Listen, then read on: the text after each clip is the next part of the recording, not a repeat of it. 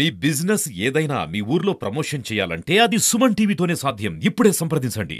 శ్రీవారి ఆలయంలో మహాశాంతి యోగం ముగిసింది. దీనికి సంబంధించి ఆలయ ప్రధాన అర్చకులు వేణుగోపాల్ దీక్షితులు ఉన్నారు. స్వామితో మాట్లాడదాము. స్వామి ఎలాంటి క్రతువు జరిగింది, ఎన్ని గంటల పాటు జరిగింది, 3 హోమాలు నిర్వహించారని చెప్తున్నారు కదా, ఆ ప్రక్రియ ఎలా ఉంది?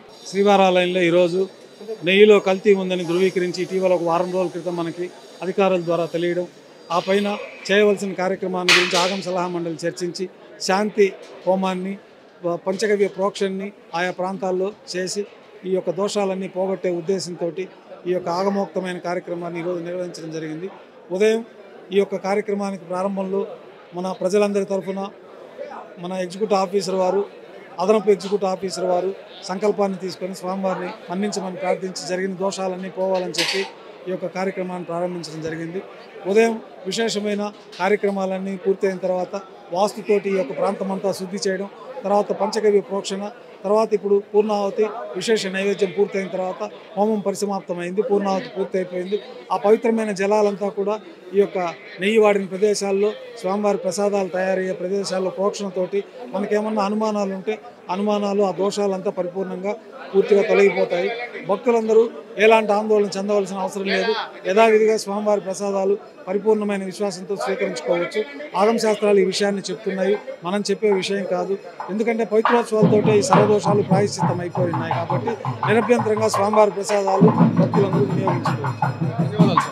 సో ఈ ప్రక్రియ ద్వారా పూర్తిగా పవిత్ర ఆలయ అపవిత్రమైనటువంటి ప్రదేశాలు ఏవైతే ఉన్నాయో ఆ ప్రదేశాలు మొత్తం కూడా పవిత్రంగా పూర్తి చేసుకున్నాయి.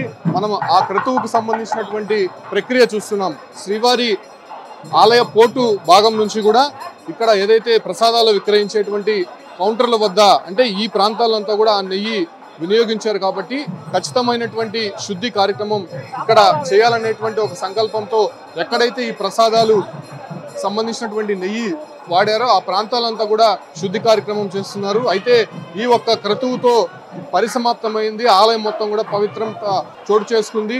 అయితే ఈ 4 గంటలు జరిగినటువంటి క్రతువులో వివిధ అర్చకులు కావచ్చు, లేదంటే ఆగమ సలహా మండలి, చిన్న జియంగారులు, పెద్ద జియంగారులు పాల్గొన్నారు కాబట్టి సో ఆ రకమైనటువంటి దైవిక కార్యక్రమాలు మొత్తం కూడా శ్రీవారి ఆలయంలో ప్రస్తుతం పూర్తయింది. దానికి సంబంధించినటువంటి పూర్ణాహుతి, ఆ నీరు ఏదైతే ఉందో ఆ నీరుని ఈ ఒక్క నెయ్యి వాడకం ఎక్కడైతే జరిగిందో ఆ ప్రాంతాలంతా కూడా చల్లి శుద్ధి చేసే కార్యక్రమం అయితే ప్రస్తుతం తిరుమలలో కొనసాగుతుంది.